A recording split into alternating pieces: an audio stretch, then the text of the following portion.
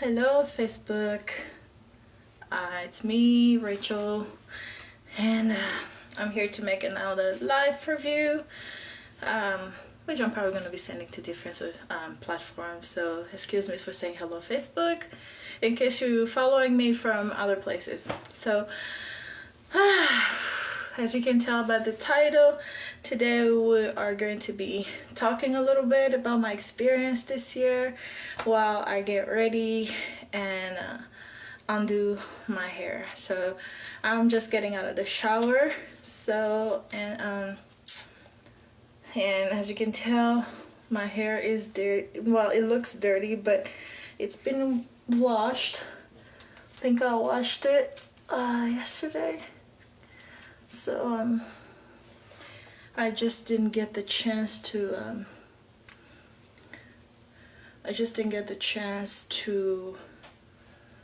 put anything in it. I wasn't feeling quite well.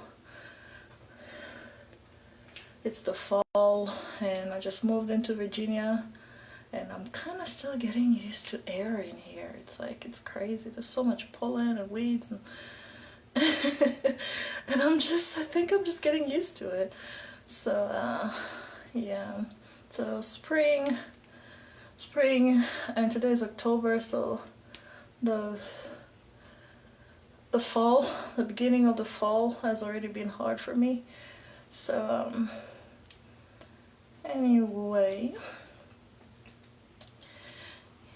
yeah, as you can tell by the title, I told you, you know what, I feel like I'm gonna have a much easier time. You know, I'm gonna do this hair and then before I can put in powder, I'm gonna do a very, very light makeup because it's raining outside. I know I have to go to work, but I do not want to put anything in his face. So that's just it. So what I'll do, I will undo this, I'll put the makeup on, then I'll put some hair treatment while you're watching. I'm gonna blow dry my hair, but I'm just not gonna iron it or anything like that just because it's raining outside and it's gonna be ruined by the rain. So yeah, so for anyone who's been watching me on YouTube, you probably know that by the year 2022 I was making like review videos for my website. I do own a fashion boutique. It's Modish X Go.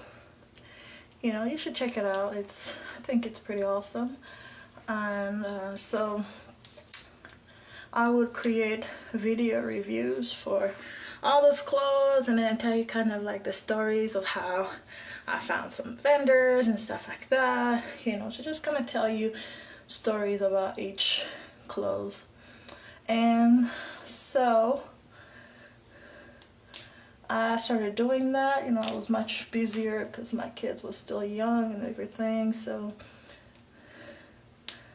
and I was also going to school and stuff like that. And then suddenly, just as I bought like a whole bunch of clothing to review, and I was so excited about it because like at that point I felt like my business just grew to another level and I loved what I found. Like I could not wait to show you guys the stuff that I started getting from like new vendors, you know, because I started out as doing like things from AliExpress, then the US.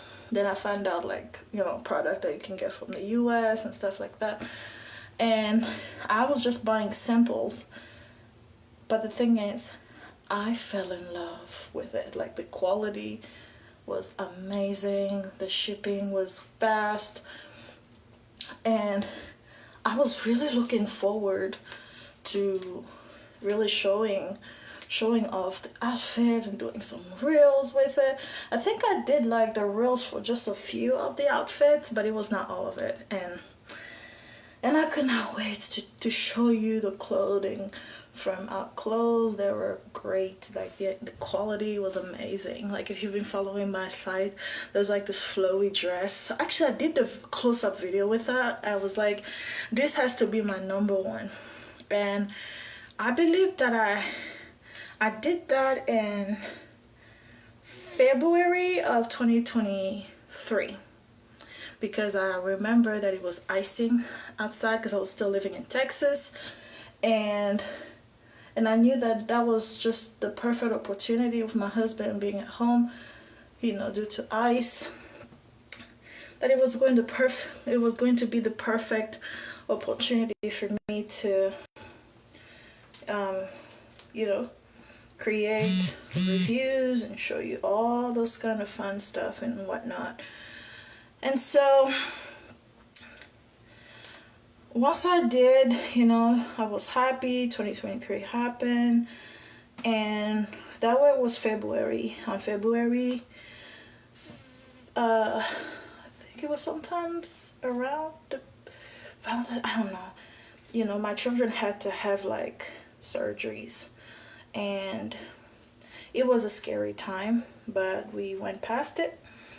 And then, you know, just when we thought like 2023 was a crazy year, and it was so crazy that I didn't quite get the chance to start making more videos.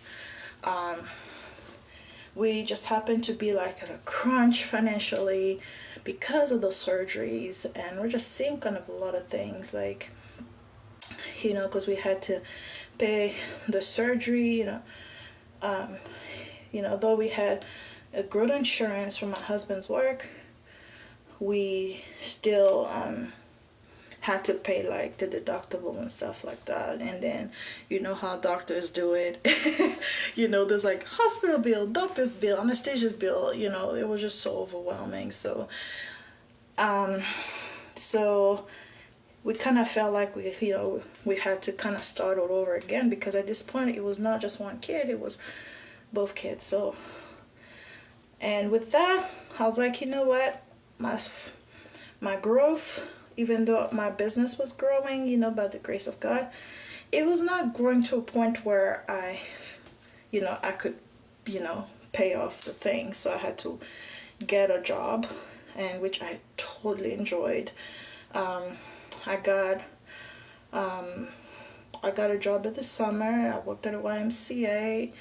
Then I decided that since we moved to Roanoke, for those of you who live around Fort Worth, Texas, you know that place is so quiet, it's so good.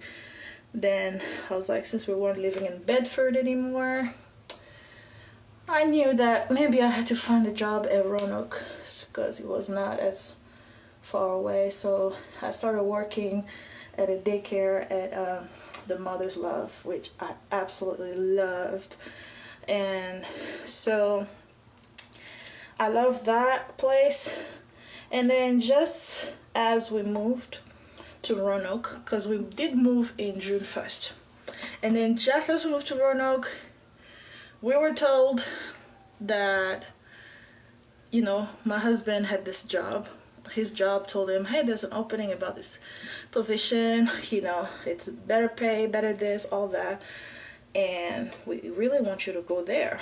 So, and we're like, you know what, it's a blessing, because, you know, we were kind of like, it was like an answer to our prayers.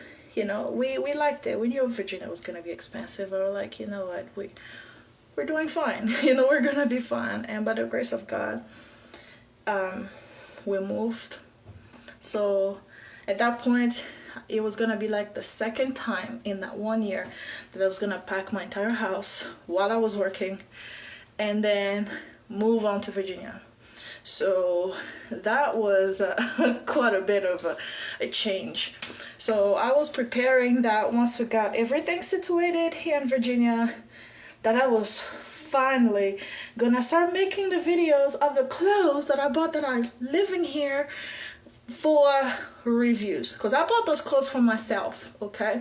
Because I like to put myself in the position of my customers. I am very picky. I seem gentle, but I'm also picky.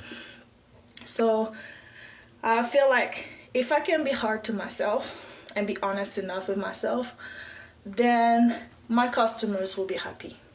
So I bought those clothes and I was like, but before I can wear those clothes, I have to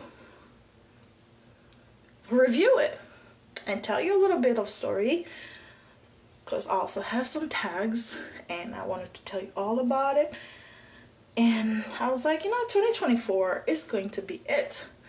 So by February, we just kind of started to get a little bit situated in our apartment, And then I received the saddest news of my life. One of. It was my uncle passed away. I've never met that uncle. And I knew him in 2016 with my aunt. My aunt is actually my mom's cousin, but in Africa we call them mom, we call them dad, whatnot, So I call her my cousin. She's my aunt. I call her my mom.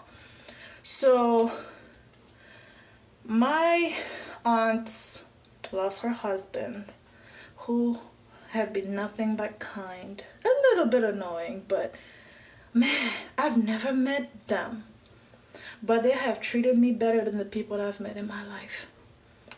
And I could not believe my eyes. It was so sad, and I just kind of wish I could turn back time to just undo everything, And that time has passed, and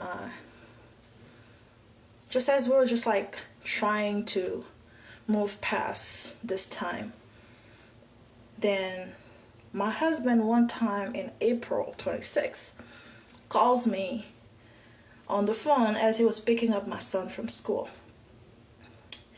And he told me, Rachel, Liz died. And I was like, come again?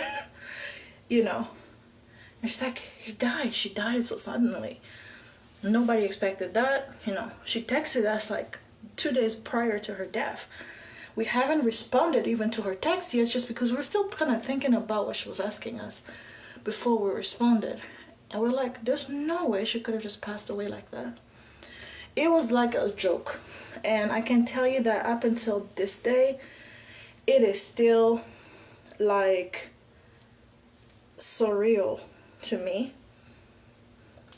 because of how sudden it was.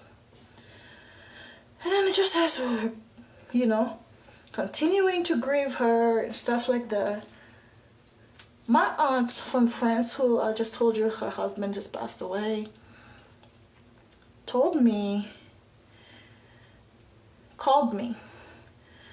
Usually when she calls once, and then, then when I see that message, I will call her back. But she called me twice. The first time I didn't answer because my son had my phone. Then she called back again. And I was like, okay, that seemed kind of like an emergency, because that's unlike her to call like that. I responded and she said, just have a big heart, Rachel. I know you've always had problems with your dad, but here's the thing, he passed away. With my dad, I wasn't really expecting him. I wasn't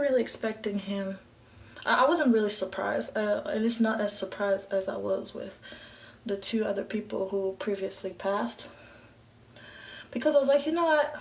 My dad is old, and, it was gonna happen to him, because I already lost my mom too. So it was just one of those things that we kind of knew it was gonna happen. But there's a thing that I feel like I wanted it to happen differently, at least before I had made peace with him. And this is kind of part of the reason why I'm talking to you today, to tell you lessons that I've learned this year alone. So this, what I'm gonna tell you, it's gonna be slightly more personal, but I feel like I need to say it to maybe someone who wanna hear it, who is going through, rightfully going through a season on unforgiveness, anger, or, you know, or even myself. Someday someone's gonna hurt me to maybe that point, and I'll need to remember what I've learned today, this year so far. But before I can tell you the reason, the lessons that I've learned, I want to tell you a little story about my relationship with my dad that many of you guys don't know.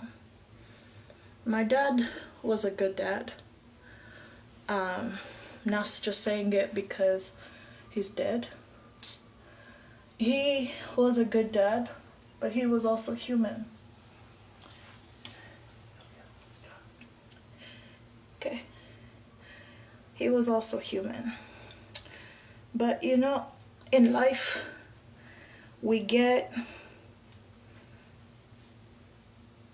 as human, we have choices, right?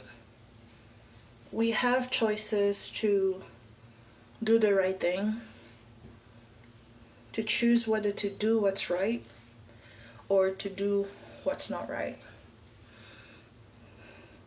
And because my dad was not a prayerful man, he did not choose the right things. He chose the wrong paths over and over and over again, to a point where even when I was younger than my youngest child, who is 5, now I can say as an adult, I know that I already developed anger towards my dad, and hatred. I loved him. I've always loved him, but there was a lot of hatred towards my dad growing up. It mostly began because of how I saw him treat my mom. My mom was helpless a lot of the time, and I watched my dad pretty much humiliate my mom. And then because he did it in front of like my stepmom and their kids, it happened that they started replicating what my dad was doing, which just kind of made me hate my dad more. And then I lived with my dad, for a reason maybe I'm not telling you for this video because it's a whole new other level of stories. But hey, I started developing this like inner wound that I kept promising my mom. And I was like, Mom, when I grow up, I promise you. Actually, give me a moment before I do my hair, because I've just washed it, but it's dry and it's also slightly wet. So I'm gonna put on my makeup first before I do the blow dry, so I can tell you guys the story. One moment. So yeah, it's just gonna be a light makeup. I don't have to go to work today, but I do not want to put on too much makeup. Anyway, so my dad kind of chose the wrong way many times, and I felt like to my dad it was more important to him to have money, riches, all of that, than it really was to be there, to do what's right, at least to treat his women right. So just imagine you love your mom and you love your dad, but you see one just helplessly mistreating the other. So, I appreciate my dad. He fought hard. He put us to school. My dad never prepared us for marriage. And that's a good thing. He was way ahead of his time. Like, my dad mostly had girls. Like, my mom with my dad only had girls. My dad had 2 girls with his wife, So there was only 2 boys from his wife as well. So there was 4 of them, and there was 5 of us, and I was the youngest of them all together. Um, so my my dad would mistreat my mom, and I would watch, and all of us just kind of started experiencing that, like, that bittersweet time with him. When he brought us to America, we were happy, and my dad fought really hard. Like, he paid for our education. My dad really just really wanted to see us succeed, not in marriage, in school, like, and in life. And he fought hard, and that I will give it to him. That is like the things that I choose to tell people. Okay, it is the reality that I choose to tell people, is that, you know, my dad was good, and I choose to only remember him but the good that he did. But even though he done some pretty bad stuff, he'd said some pretty bad stuff, and, you know, to a point where I hated him. And I'm sure my sisters, who were born from the same mother, hated him as well because of that reason. There was a lot of injustice, you know. There was a lot of injustice. There was a lot of, you know, things like that. But when it came to paying for our education, he didn't say, you guys are just girls, go away, you know, just get married. No, he's told us, stay away from boys, get your school, and do what you gotta do, succeed in life. And I was like, you know what, Dad, you're right. I'm gonna stay away from boys. I'm gonna go to school. And that was also partially because I wanted my dad to like me, because I kind of felt like my dad started distancing himself from me, and it was hurting. And I started feeling like my dad didn't like me, he didn't love me. So in spite of just hating him, I loved him enough that I wanted him to love me too. So, but I didn't have that, you know. And of course you may say that's African dad thing. I'll tell you this, my dad, I know he is capable of good. Okay? He did not want himself to live like an African dad. You know, of course, he still believed that it's a woman's job to do this, you know. But my dad, when he came to school, he was like, you guys, marriage later. School first, career first. We were raised like in most African homes like boys. Okay? We do the chores, but we go to school, we work hard. And that was the set of mind that I had growing up. For my dad and also for my mom, because I kept, you know, like feeling like I wanted to save my mom so much that when mom would be like crying, and I'll see like my mom lived in a bad neighborhood, places in Congo, really bad, like those places where you get to share bathrooms with strangers, where water literally continues to run off. Okay?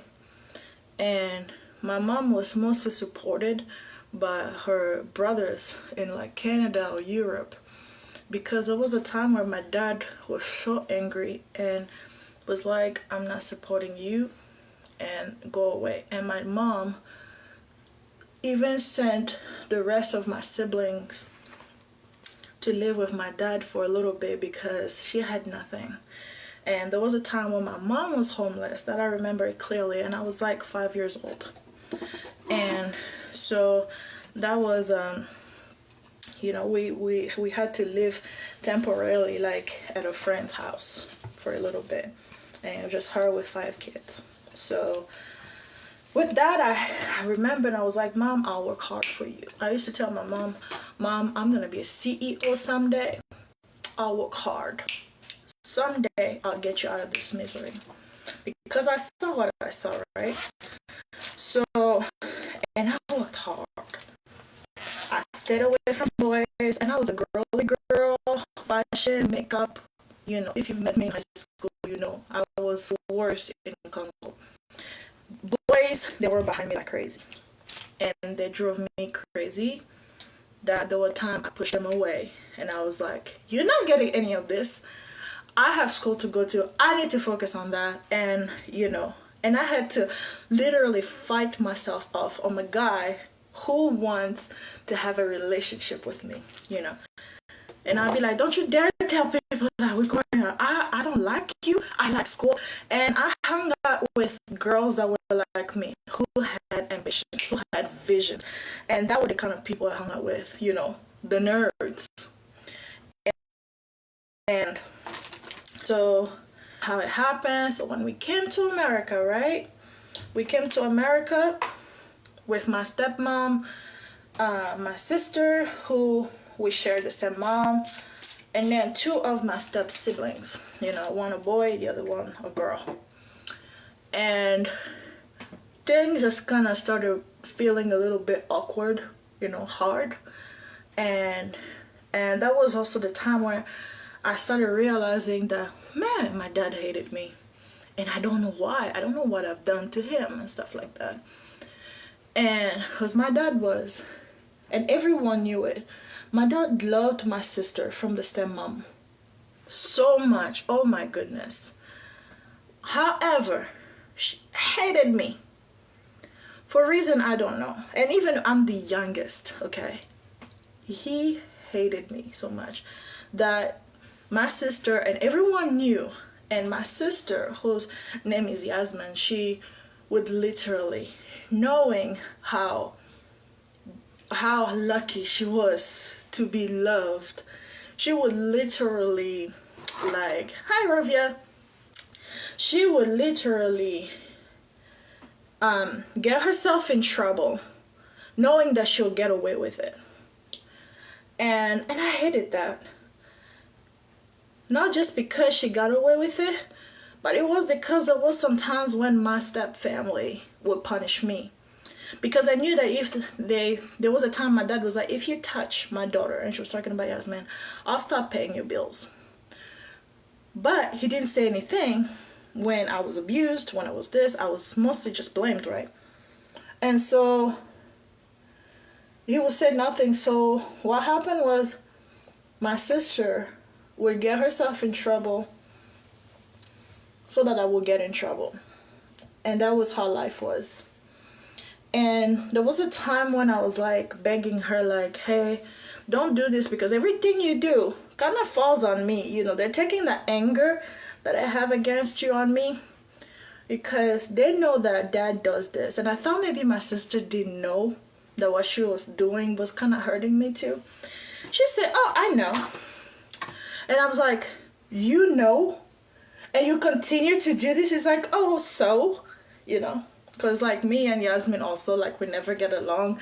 Like, anytime we've gotten along, like, you've seen us get along, it was one of those little times that we get along in our lives, or we would just play pretend, because there was no way we're gonna bring our family business outside, right? So we'll play pretend like we are close, but we never been close. So I was like, fair enough. But one day I turn 18, I'm gonna run away, because the thing is, I was abused. I was physically, mentally, you call it. I was like Cinderella in my own father's house. So with that happened, a lot of things happened. I graduated high school, and my dream was still way up high. I worked so hard in high school in my dreams, and I was like, I'm finally gonna make my dreams that I worked so hard in, stayed away from boys. Finally, I am going to start dating and go to the university and have my dream come true. I'm gonna get out of this abusive house. I was thinking more like around October, and just move out with my friends and go to the university. Boy, God had other plans. So first I found a boyfriend like a week after, like January 6th, so a week after graduation. I had a boyfriend, my husband today. Glory to God. As I was preparing, something happened. My sister, Yasmin, becomes pregnant, right? So good. What? And then my dad, my stepmom, my stepkid, my step family started forcing her to have an abortion. Like, it was crazy. Like, they started threatening to just carry her in a car, bring her to abortion clinic. So because my mom, who was still in Africa, is like a prayerful woman, was like, no, you did what was wrong in God's sight, but you can still honor God. Keep your pregnancy. So there was like two voices like coming, and to my sister's ears. And I was like, you know what, you do what you gotta do, just let me know how you need me to help you. But then, like, God in his faithfulness spoke to me in a dream. And he was like, tell her, if she kills this baby, she will miss out on a lot of things. And, because she see, the Lord was like, this girl has a purpose in her life. Tell her not to do it. So I told her. Of course, she didn't listen to me, Of course, we don't get along. So someone else besides my mom had to intervene. And so that's why she was like, okay, I'll fight. Yeah. Before that, there was like, no way. She was too scared. She had to take off and the pregnancy. But God also intervened, because like every time she went to the abortion clinic, the doctor could not see the baby. So it happened like twice. And every time she'll go to like her regular doctor, they'll still see the baby, they'll see the heartbeat, but every time she'll go back again to the pregnancy, like the abortion clinic, there was no sign of baby, no sign of pregnancy. So you cannot explain it but just God, right? So that happened. And so I did what I thought was the right thing to do. And I was like, you know what? I'll stand by Yasmin. And so fast forward, most of you know me, Destiny is alive. She's almost 13 years old. So that's a miracle right there. And so there was this, just a lot of things happening. A lot of bad things. I lost my mom in October that same year. It was horrible, but I really always thank God, because he brought my husband just at the right time. Because I don't think I would have been alive today if my husband was not there, And that just contributes to a reason why not only I became angry and angrier at my dad, I was angry at my own sisters, not just the step family, no, my own sisters. And that got to a point where I cut them off. And that's just for another truth. Hopefully, the Lord will allow me to share this. However, things were kind of hard. My dad was doing a lot of inexplicable things. I've told you that I've watched my dad ridicule my mom to a point where it was just terrible. So the thing is, my dad, when my mom died, literally humiliated my mom. We cried and we cried, and the anger and the hate that I carried towards my dad grew a little stronger. And God also in his mercy was kind of always telling me, pray for your dad. A lot of time I was like, no, I didn't know God back then, so I was like, no, I'm not, I'm not praying for him. I hate him. I want him dead too. If you're gonna take my mom, take him too, And there was just a lot of anger. There was a lot of reflection. I was like, how is it that first I was mad at him that the only memory that he left me with my mom was the pain. I barely saw my mom laugh. She was in a lot of pain. And now as an adult, just like I turned 18, things are happening to me. My eyes are opening a little bit, and I start understanding the depth of her pain. And then she dies. But not only that, not only you gave me such bad memory to live with, You are going to humiliate her in her death. Like, my mom was not even buried, okay? My dad, my stepmom, her kids, like they always did, they humiliated my mom. Instead of coming into our home to say condolences, I'm sorry for your loss, and cry with us, they instead chose to, when they came, my stepmom and my stepbrother came into the home, because I started paying for the apartment, because my dad actually kicked me out because I told him I'm gonna fight to keep that baby, because that's what God told me to do. I know my sister was not in a good place to save her child, so my mom was in Africa, she was struggling herself. I was the obvious choice. And when my mom told me, hey, we know you're the youngest, but you're also the healthiest, you're also the one who is more capable of getting a full-time job, working, and sustaining you and your sister. You know, so when my dad kicked me out, we were homeless. And we had no place to go. We went from home to home, you know. And so, yeah. So my step family, my stepmom and my stepbrother, they came in to wish us the condolences. They kind of look like everyone else, like they didn't know us. But one thing was, I don't know how they did it. It was like they somehow connected the emails of the people who came to our funeral, so that they will receive the insult against my mom, calling her names, saying some sort of histories of things that happened way before I was born, and it was just terrible. So my sister Yasmin told me, give me your email address to use to start responding to those insults, right?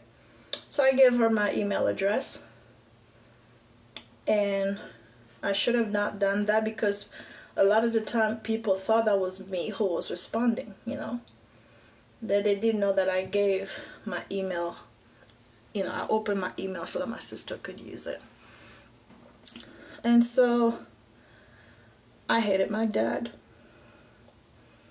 and hated him. When I got married, when I got engaged, I was going through battles.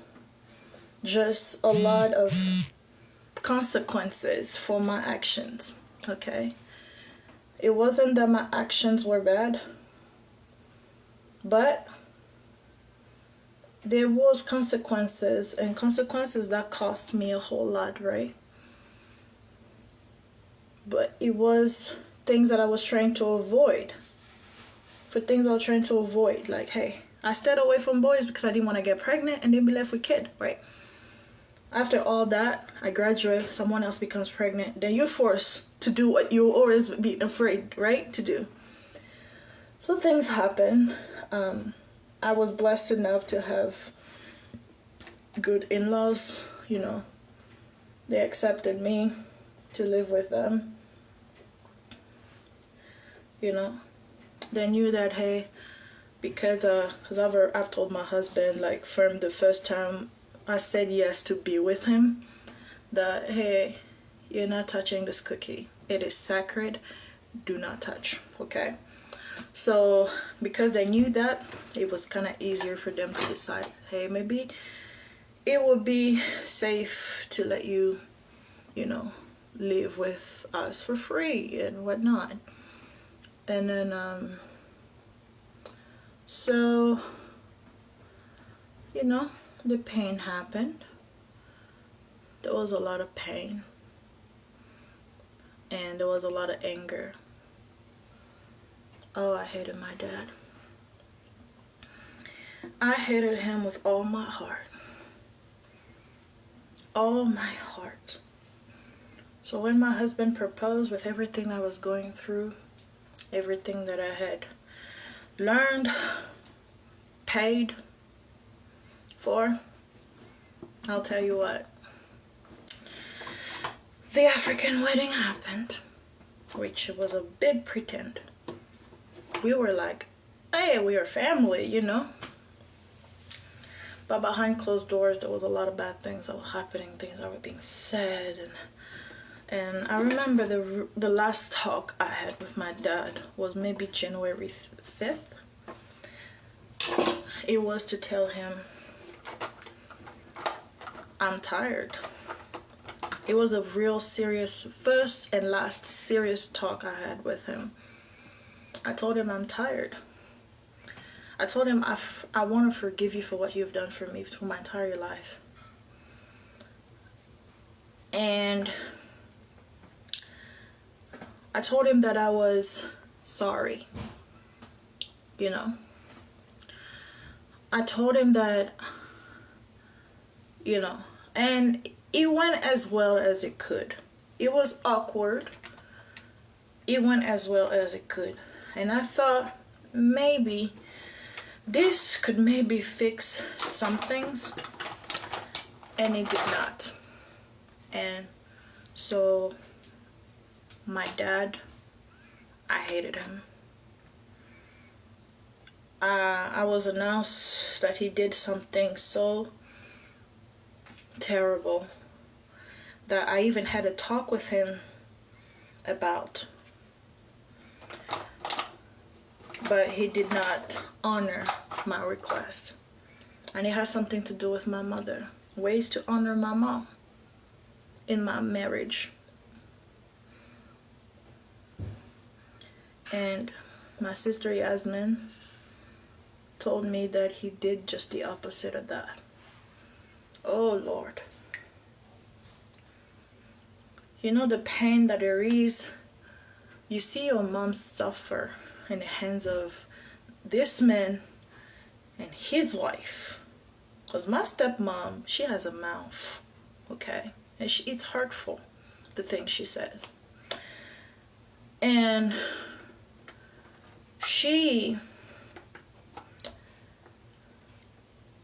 they did all that. Then they get to have my dowry. And then my dad chose to dishonor my mom. Even though I asked him, hey, can you please honor my mom this way with part of the dowry? He said that he didn't have control over that. That he had enough control to do the opposite of what I asked him, which was so painful. I remember when Yasmin told me that, we were all inside.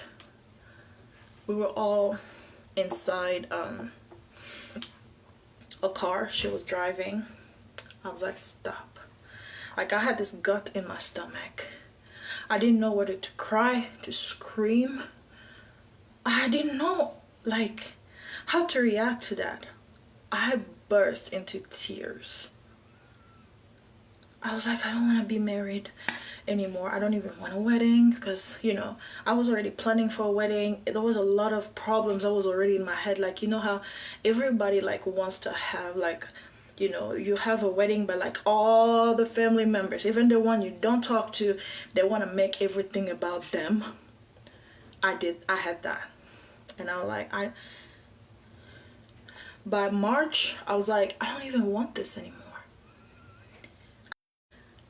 With the pastor and just have him bless our marriage in the backyard and be done with.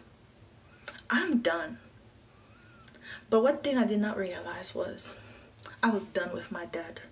Like, my brain, I didn't know how to hate him anymore, that I just did not think about him anymore. Him, his wife, his kids, done. Okay? I didn't. So I wanted to cancel the wedding so I can just marry my husband with my pastor. Because that's the whole point, okay? I knew at that point that wedding doesn't mean guaranteed good marriage. And I did not want to live with the stresses. And I was done with it, okay? So I let my sister handle a lot of the things, even though she refused.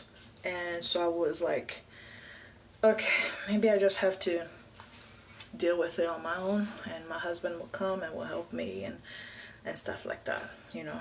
Because my sister was only like, I'm not gonna help you, so she'll try on my wedding gowns, you know, because you know at least back then they would sell like smaller sizes, so they would expand it. And so she wanted, since she's smaller than me, she wanted to try on my wedding gowns. But since that was done, I already picked up my own wedding gown. I was like, can you come with me to like the venue to discuss the food, now the decoration? She was like, no, I'm not doing that. So I had to do it on my own.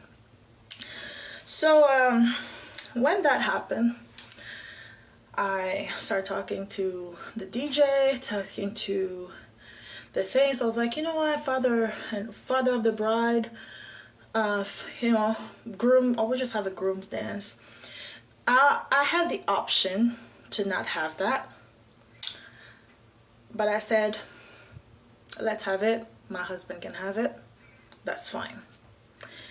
And for like the sitting positions, like for parents and families, like at least at the ceremony, I was like, where do moms sit?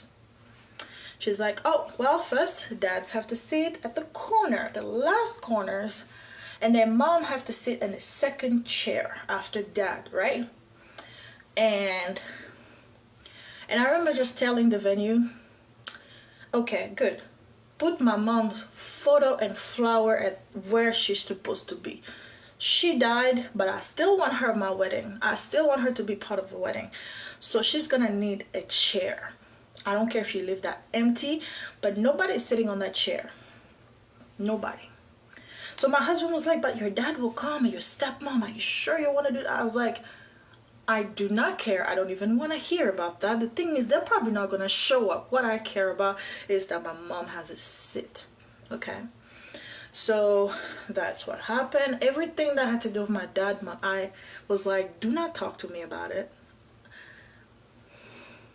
I just could not know. I didn't know how else I was going to hate my dad. It was at that point. The brain is a dangerous thing, okay? Sometimes you don't want to do something, but your brain is just like, it can switch however way you want to. That's what mental health is important, okay? You're not crazy. We don't hate you. When we say, go see somebody, take your medicine, take it, okay? You're not crazy. The brain, I study psychology, and that kind of gave me an explanation of what happened to me during that time of me, just my brain just shut down. When it came to my dad, his wife, their kids, I was blue. Nothing. At that point, they could have told my dad died. I would have been like, who is he? Too bad. That was the state of mind that I was in. So because I wanted to cancel, I refused to cancel like dancing father of the bride, mother of the bride, of the groom with the groom. I was like, okay, Danny, dance with your mother, and maybe I'll just sit there. Then since we're talking about it, all of us were there, and I don't know if it was me who brought it up or Yasmin who brought it up. It's like, oh, why not dance with Bill, which is my father-in-law. We lived in his house. He was there for me, and it made sense. He was there for me, my sister, my niece Destiny. I'm like, why not? Oh, that's a great idea, you know. Of course, when that time came, I danced with my father-in-law. He didn't even know. To me, it was a way to say thank you to him for being there. My dad was there. He came, which I'm surprised he did. I expected him not to show up. He came, and I was crying. I was emotional. I was mostly thinking about my mom that day, and I wish she was there. And you know, and Yasmin, like always, she knows how to persuade people. So she persuaded people to think about mom and make everybody cry right before the father-daughter dance, okay? And so I started dancing with my father-in-law, and I burst into tears. And I was like, Mom! And I just cried. Like, the sentiment was real. I was just crying. and I could not help myself, right? And so videos came of the wedding, and I'm like, look how everything looked like we were all in the right mind, you know? Because nobody knows what goes on behind closed doors, right? We had time where we laugh, we're like, can you believe this was actually going on? Yeah. We would laugh, and then, you know, and then life goes on. So through all of this, right, the Lord God was constantly telling me, pray for them, pray for him. Like when it came to my stepmom, like I remember my dad, like the Lord God will say nothing. Like there was a time where I would constantly see like videos, a photo of my dad in my dream. I would hear like voices kind of like begging me to pray for him, pray for him, pray for him. And then the picture of my stepmom would come in. It was quiet. It was like, if you want to pray for him, go ahead. But him, pray for him.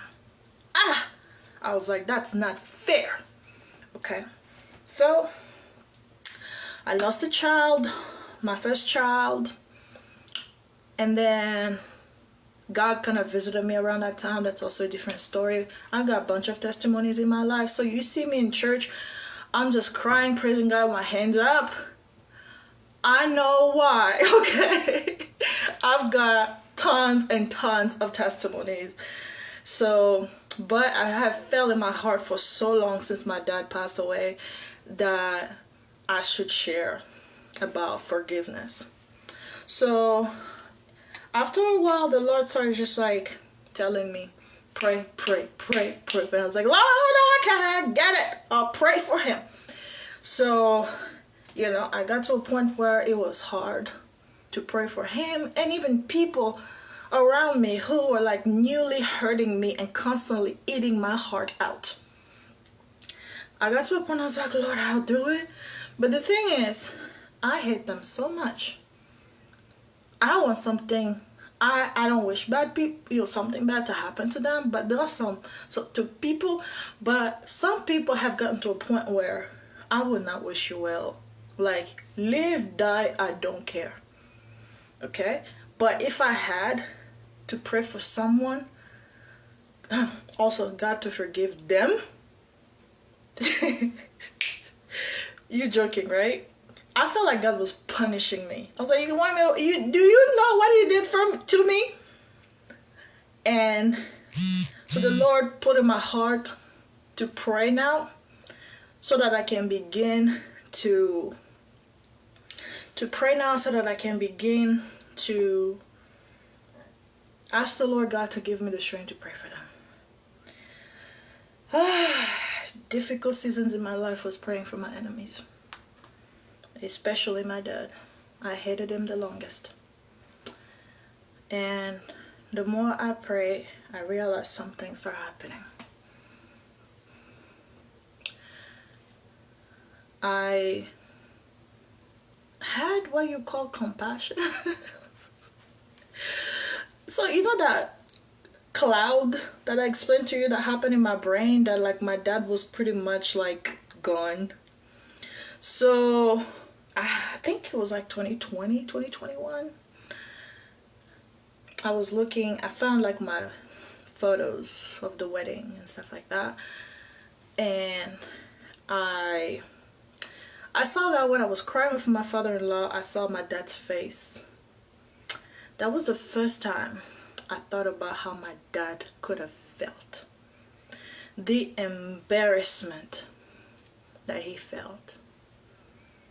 I was like, oh my gosh. He must have been totally embarrassed that his daughter, in a moment that they could have shared together, his daughter danced with another dad. Oh my gosh, my heart was broken. My heart was so broken for my dad that at that time until today, that I started realizing, I started wishing that I would turn back time just for that one time. and forget about how I felt. Forget about the hatred. And just ask him for one dance. Honor him that one time. Even if he didn't deserve it, God will take care of it. Just allow him to dance with me that last time. I started realizing that things did not have to go that way. And so by the time he died, my husband can tell you this. When we came here to Virginia, my husband went to work. I was left alone with my youngest. And I felt in my spirit so strongly. It was in January, my dad died in June. That I should write a video, make a video, and apologize. And tell him how much I hated him. Apologize for what happened in my wedding day. But also allow him to know how much I appreciate him. That today, if I have a good life, it's because God used him to help me to reach where I am today. Of course, the struggle was still there. We're all struggling. But my dad, in spite of how he hated me, he still brought me here. Even though he allowed me to get so abused many, many times, he did nothing. He just watched. Actually, no. He blamed me for being abused. He didn't care. But he at least brought me here. Okay?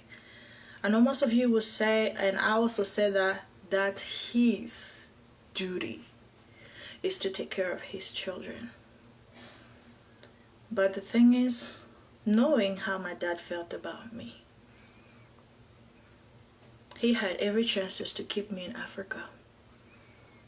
But he didn't.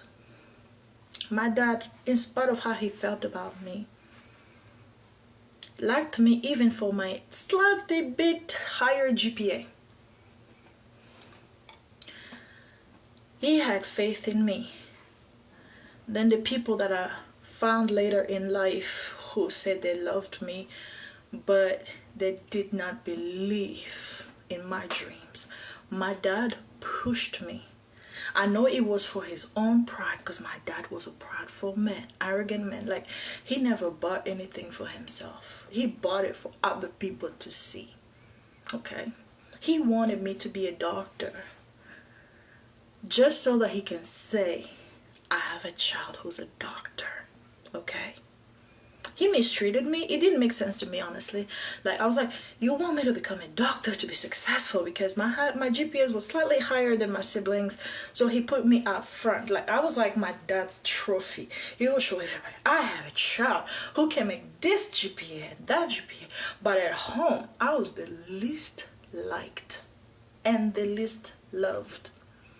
To me, like, I remember even telling this to my therapist, because I first started getting a therapist this year. And I told him, I don't understand my dad. He hated me. He despised me, but he pushed me. He believed in me, even though it's his own pride. Didn't he think that I was going to reject him after I get all of that? So I was like, in that video, I made the video.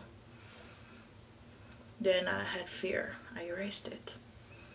In every places, even in Canva, because I was editing in Canva, I erased it. I was like, what if it sparks some negative feelings after this? Then I'm gonna go back into hating my dad again. Like, especially since my daughter came in front of the camera to say hi. And I was like, I already poured my heart out, and I do not want to have to skip the part where my daughter was saying, because I already poured my heart out to him, to ask him for forgiveness, to tell him how I appreciate it. Like at that time, I did not want to bring in what he did against me. I just wanted to say, hey, forgive me, even though I knew in my heart he didn't deserve it. I just said, forgive me. Anything that I've ever done to you, I accept it. Because the purpose for that video was to bring peace into my dad's heart. Because at that point, I started feeling like the Holy Spirit and my prayer would lead me into breaking my own pride by saying, Lord, touch my dad's heart so that he can forgive me. I got to a point where the first time I prayed like that, I was like, seriously, Lord? Seriously? You know what he did to me, right? But I was like, I'll accept. Because I made a vow to live Christ-like. And I'm going to get every bit of chances that I can. Even if I fail, I'll keep trying. So I will ask God to help my dad forgive me. Because God started showing me too the parts that I've done wrong. Like dancing with my father-in-law. I appreciate and love my father-in-law like my own. But the revenges that I took against my dad was not worth it. He didn't deserve it.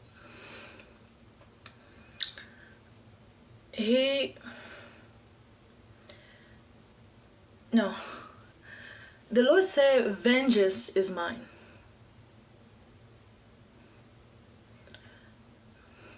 Take that. Trust me.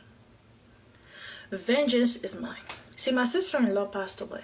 And I think that's when I started learning. It was when my sister-in-law passed away. Because we also spent so many times hurt by my sister-in-law. And when she died, I was like, it was all for nothing. She's dead. She's gone now. So the people that we're angry at, they die. And then when they died, I realized all of that was for nothing.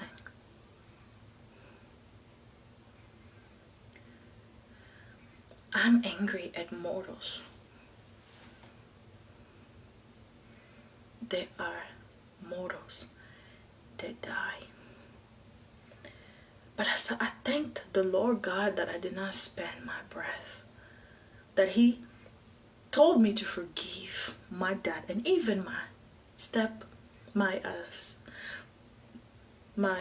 of course my stepsisters and brothers and all that, but my sister-in-law and my in-laws, all of that who was wronged me. It was like I was on an assignment to pray for them. And I hated it. And like I said before, I thought God was punishing me. I thought God hated me. You know. But I realized that God was doing it for me. Can you imagine if I did not forgive? I would have lived my entire life, all these years, with the hate in my heart, instead of enjoying the blessing that God put around me. You know, anger, what it does is it blinds you from anything positive. And God took that away from me through praying for my enemies. And that thick black cloud from my mind and my eyes was lifted off, so that I can now see the glory of God all around me. You know, my heart has become so joyful that I piss people off for being happy. There are people who will tell me, I'm tired with you, you're always so happy. And I'm like, all I say, hi. How are you? Good to see you. And I smiled. But someone else would be like, oh, we're tired. It's too early for that. I'll have coworkers tell me it's too early for that. I'm not a people person. But the thing is, this peace and joy that I had in my heart from letting God, letting go and letting God was so great that in the midst of a pandemic, in the midst of just everything going on around the world, I can still find peace. You know, one thing I didn't tell you is that the hatred and the anger that I got was hurting my body. I felt so angry that it would hurt. To a point where I got to a point where I started begging God, please help me forgive. Because I'm hurting. Because I knew that medication, now forgiveness was medication at this point. My body will hurt. My soul will hurt. And I had to beg God, please help me forgive. Please help me forgive. I know this pain is coming from unforgiveness.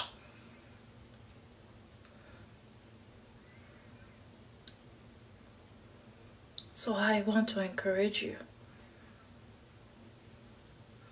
If you can, you want to feel healing in your heart, healing in your spirit, in your body. You want to experience freedom and joy in your life. Let go. You're only hurting yourself.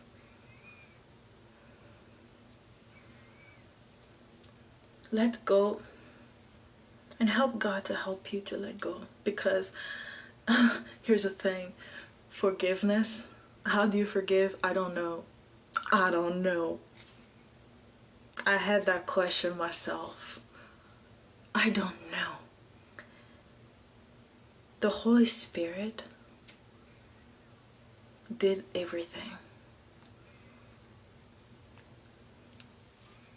Every day I had to make a decision when anger came in. Do I want to be angry with this person and be miserable? Or do I find peace? Here's what forgiveness is not. Forgiveness is not befriending those who hurt you. It's the opposite. I get it, we're supposed to give people a second chances, but here's the thing. When you bring back someone who've hurt you so much back into your life, here's what they're gonna do. They're gonna hurt you again, and probably worse. A snake shed its skin only to become a bigger snake. You have to protect your heart. I've learned in my life, it's better to be alone, struggle, have your peace, than to be surrounded, look like you're going well, you're doing well, and have no peace. So protect your heart. Protect your peace.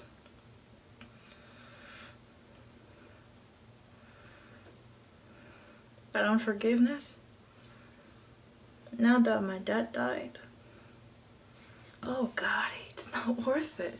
I'm just realizing it was not worth it. I took God's place by wishing that my dad would have died instead of my mom. By everything that I did to try to get even with him, to try to get even with my step family, his family.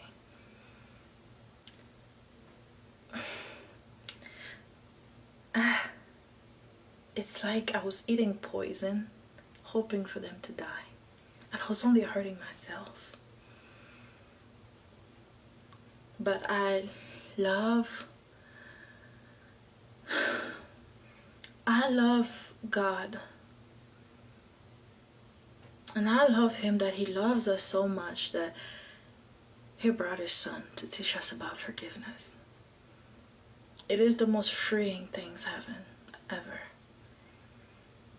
I know the Lord God, this past 4 years, really helped me lift all of those bad energy, pain, unforgiveness. I'm still healing. I'm not fully healed, but he took it away.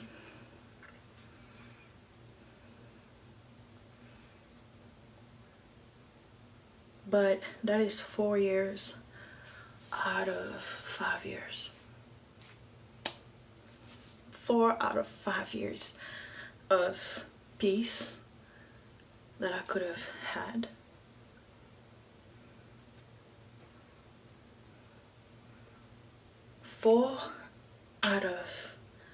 I'm 31 today, and I was 4 years old when I remember seeing my mom get humiliated.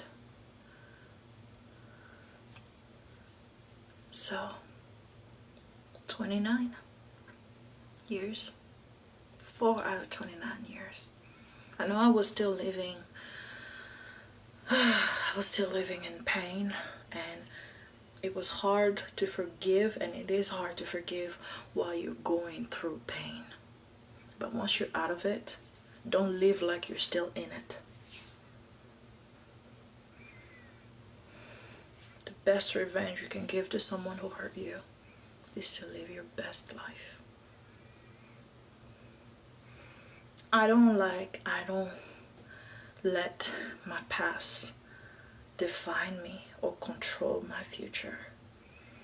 And I pray that the Lord God would help me through the pain that I could experience in the times to come. That's why I'm making this video. It's also for me to remember. I wish I didn't spend so much time hating him. My mom has always had this saying, when he sees a bad person kill or hurt someone, see, people who do that, they forget that someday they will die too. And she was right. My dad did all that he did, forgetting that his turn would come. I am disappointed that I never sent the video that I had made. I'm disappointed that he died before we can truly make peace, through Zoom.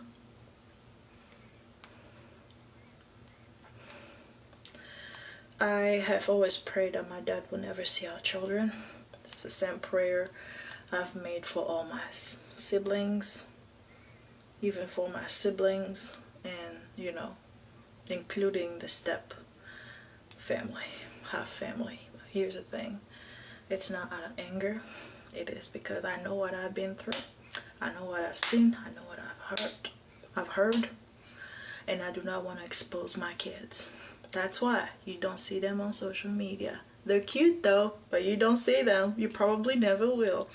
So that is an answer to my prayer. It's protection. I don't care what people say. I don't care. And I'm past that. You don't like what I say? Screw you. Go away. I'm fine and I'm happy with my decision. So yeah, sometimes you also kind of develop that attitude of, you know what, talk all you want, I don't give a shit. So anyway, I forgot what I was doing, but I like the glow on my face. I didn't even put foundation. Like, all I did so far was just this concealer. It's my skin color. It's just to add all the dark spot and even up my tone. And then my liquid foundation that I put here, my nose, and on my lips. And then here. And the thing is, see, since I do not feel like putting anything in my face. More makeup. I will go ahead and do this.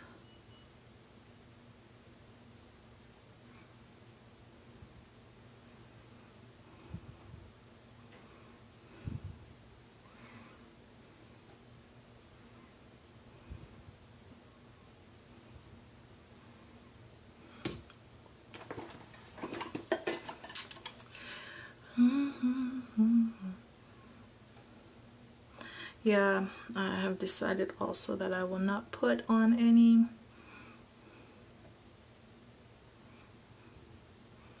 primer. I know my lashes are so small and they're hard to see. Dang it, can you believe, like, my husband, okay, has the longest, thickest lashes I've ever seen. So my first child is a boy, is a boy. His name is Samuel. Man, cute as ever. I call him his handsomeness. He has the thickest lashes. My goodness, it used to drive me nuts. And because that was like before my daughter was born, and I was like, I live with 2 men in the house. They have longer lashes than me. They don't need to put on makeup, to wear makeup, to look presentable. I have to go through this to look less sleepy and tired. Okay? So I bought this concealer because, you know, dark eyes, want to get it off. So that's it. Okay. Let me keep dropping stuff. Do, do, do, do. Do, do, do, do.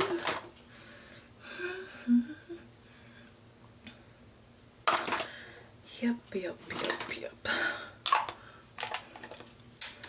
I'll tell you what, yeah, I'm not in a mood to put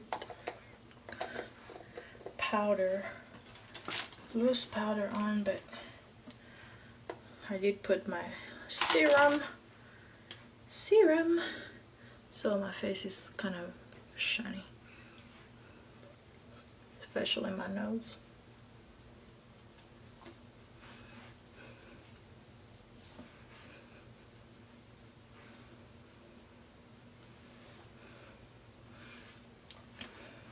Oh, I forgot to tell you guys that what did I do? Forgot to tell you guys that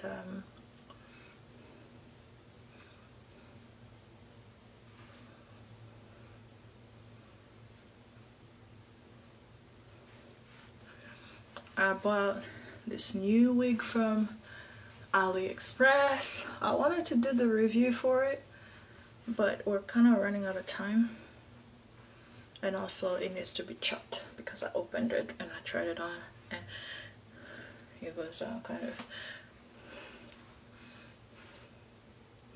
not working out for me. So the only reason why I bought another one was because, like, the one I bought the first time was kind of long and it kind of made me look like I was going to a place, a fancy place. But I was looking for something that I could wear every day, so without looking like I was going out on a date. Okay, so that's what happened. I bought another one, but I feel like they made some mistakes with the length.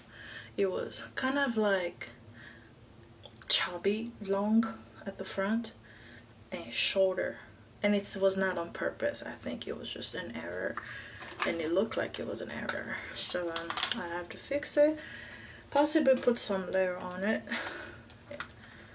and I'll do it one of these days. I haven't done, you know, some of you know I used to be a licensed cosmetologist. I don't do that anymore.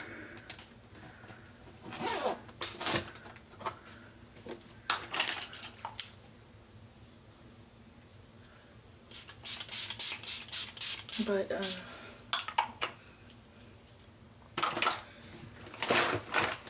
so I'm here. So I'm gonna do my hair now. So yeah, the product, I thought I was gonna have enough time to do it. The product is right here. Actually, let me get it out for you. So it's right here. I don't like it as much as my previous one because it looks too it was from a different vendor, so it kind of looks a little too synthetic. It's not too bad, you know, don't get me wrong, but yeah, it's shorter as you can tell. So the longer part, I don't know if I can show it well, but you know, so here is my head, and as you can tell, I don't know if you can tell, this one is longer than that one. So it was clearly a mistake that was made, but it was this one. So I didn't want to spend too much. It was only 26 bucks. I didn't want to spend too much on an everyday wig, so that's why I'm not too upset with it. However, this is what I have. This is what I have. I'm gonna put it back. Hopefully I can review.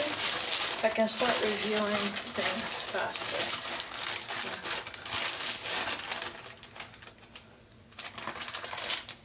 But I will blow dry my hair, put some things in it, blow dry my hair. Ooh, look at all those new growths.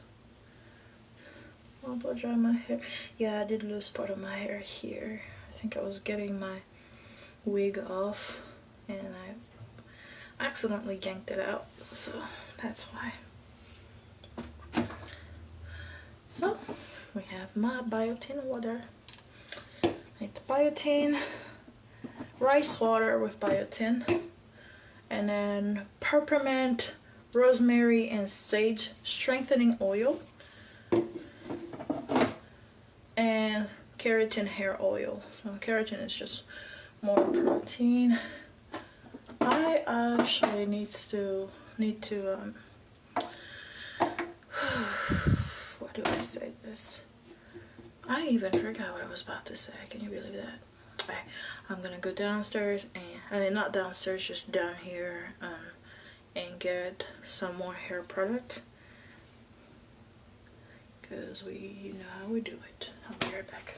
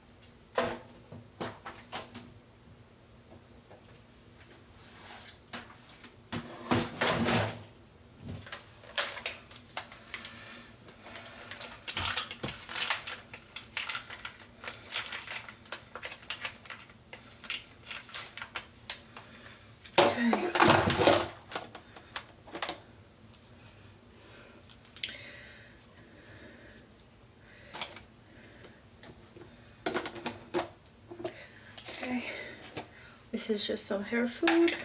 I don't know, for some reason, if I don't put like this one, my hair feels so dry. Even after putting like all this oil stuff, it will still feel so hot, so hot.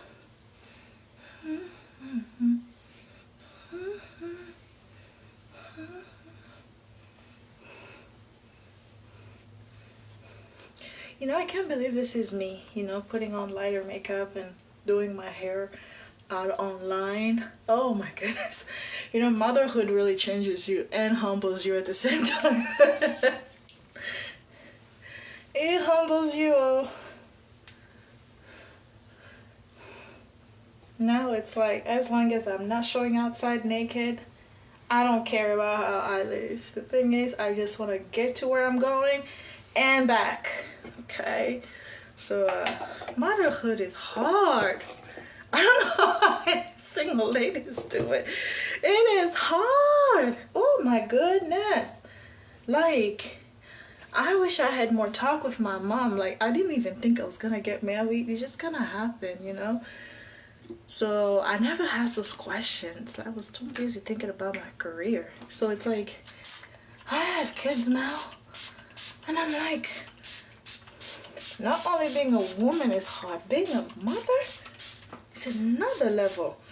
Like, I haven't slept. Like, I fully slept since maybe 2017. Like, I sleep with one or both eyes open.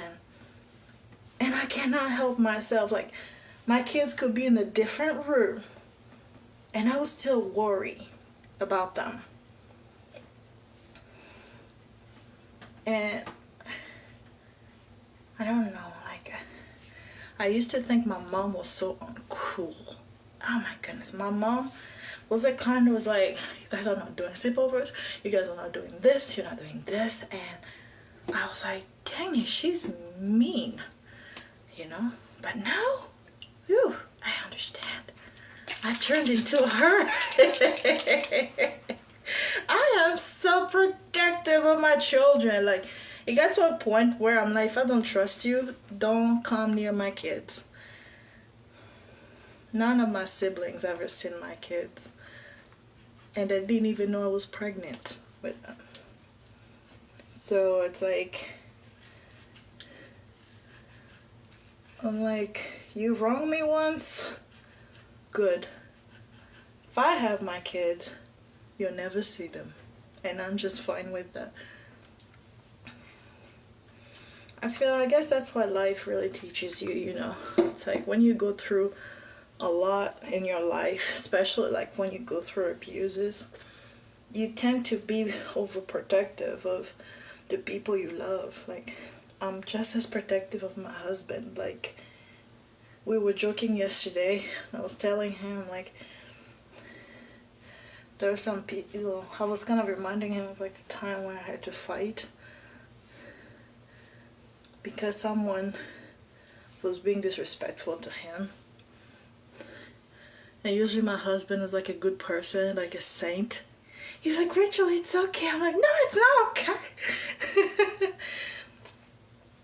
It's like, you kind of forget about yourself for a little bit, and then you just fight for the people you love because, hey, they're the people you love. You can't help it.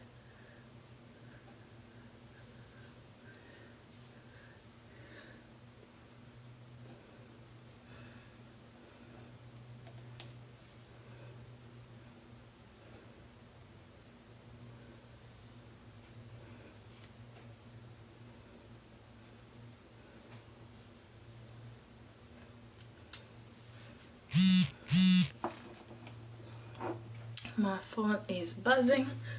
I don't know why. But I am in live. My phone is buzzing.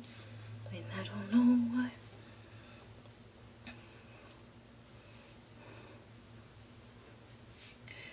Alright. It's time for me to shut up and do my hair, dry my hair, my hair.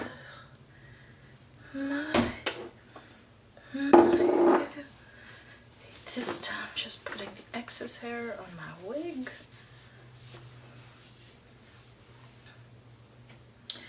She had it coming, or that song from Chicago kept coming into my head these days. I only like that song from Chicago. Anyway.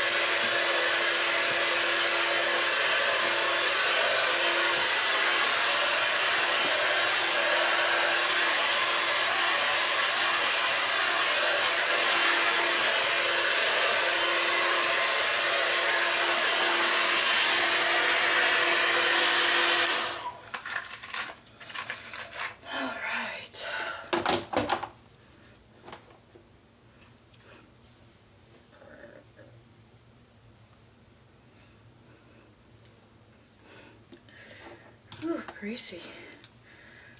Grease. So I bought this at a dollar store just to try it because I've gotten more expensive brands and I was disappointed. So one day I went to the dollar store. My children love it, and I love it for like little fall decorations. And I got this one. It's I don't know if you'll see it. It just says Edge Wax. And I tried it, even though it was open. I was like, you know, it's not like it's gonna hopefully not kill me. It's been a while since I've had it. And I was not disappointed by it. I guess sometimes it's not about price, huh? You know, I don't like how he does this. I'm gonna bring this downward first, or sideways.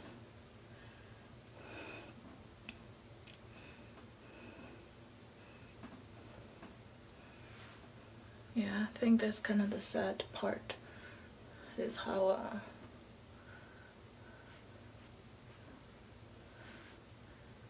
this looks, but the hold was better than what it looks like now. Excuse me, I'm going to see if I can find something.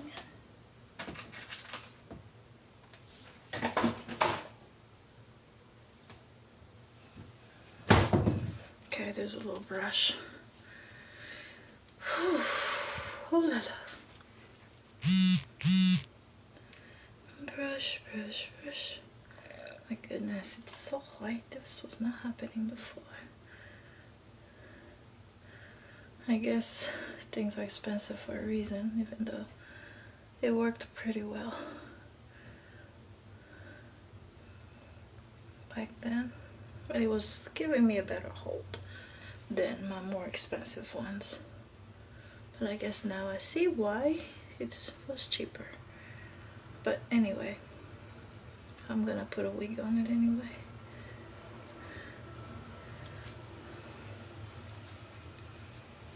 Yeah.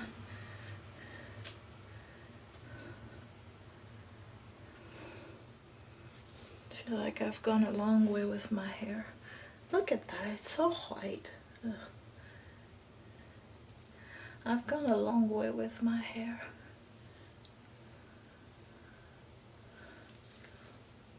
But there's only a few times that I like to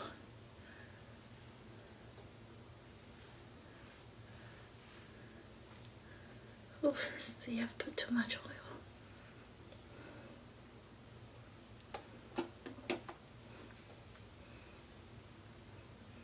I am a ponytail lady. I don't know what to do with my hair. Never knew. Never knew how to do it. I've always covered it. But hopefully it will be long enough that I could do stuff with it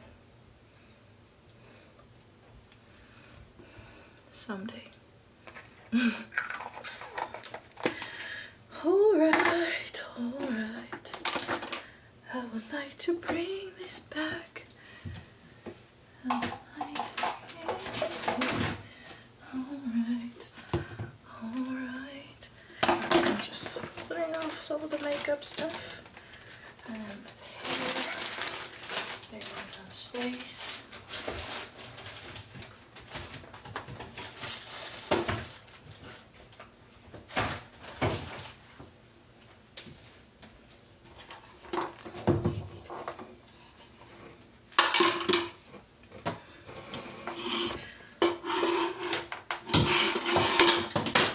So I'll be wearing the last pair that I got from AliExpress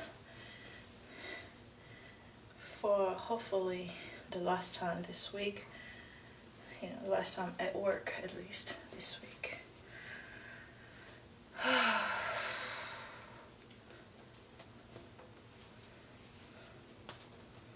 Let me just put some hair sheen on it, so because it's like this.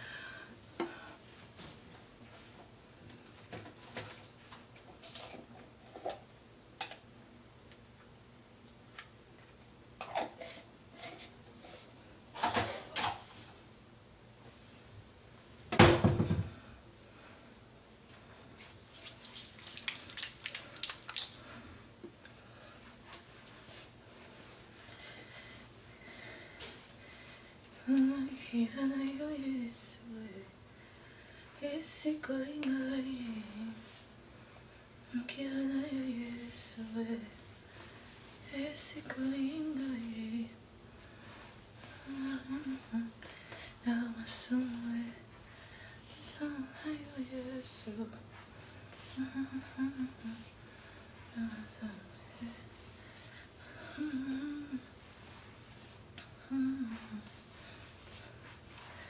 Punavika, Punavika, Punavika, Kulambai, Punavika.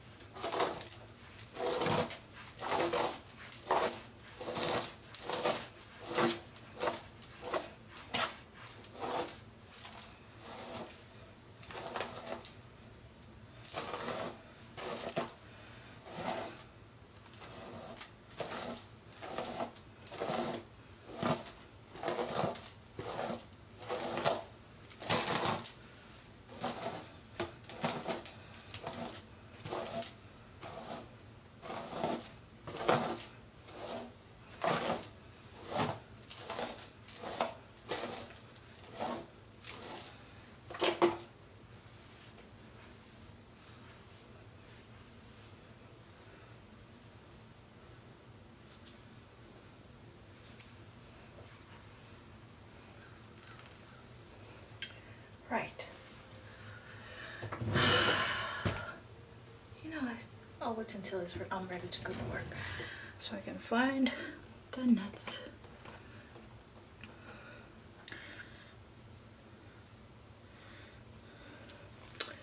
Alright, ladies and gents. Thank you all for watching. I need to go to work now. And I'll see y'all later. Bye.